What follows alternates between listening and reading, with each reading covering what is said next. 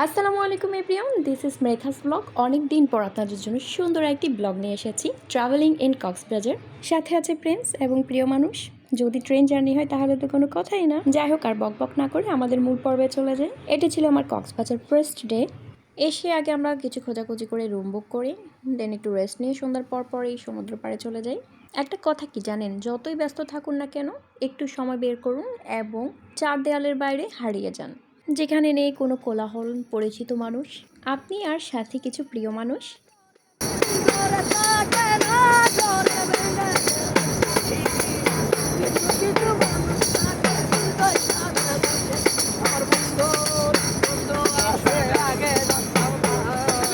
দাঁড়িয়ে দাঁড়িয়ে অনেকক্ষণ ধরে ছোট শিল্পীদের গান শুনেছি। শুধু অনলাইন জগতে দেখলাম কক্সবাজারের ছোট ছোট বাচ্চারা পিচ্ছিরা সুন্দর সুন্দর গান গাচ্ছে আর দর্শকের মন জয় করছে।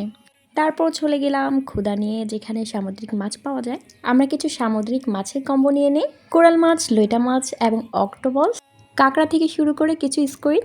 আমাদের এই ফিশেস কম্বোটি ছিল মোটামুটি রিজনেবলের মধ্যে। আমরা ক্ষুদা নিয়ে বসে আছি, অন্যদিকে অলরেডি আমাদের খাবার রেডি হয়ে গিয়েছে। হেই প্রিয়ন, কক্সবাজার ট্যুর নিয়ে পার্ট টু পার্ট সব কিছু আপনাদের সাথে শেয়ার করব। আর অবশ্যই কেমন লেগেছে ছোট্ট করে মিষ্টি করে একটি কমেন্ট বক্সে জানিয়ে যাবেন।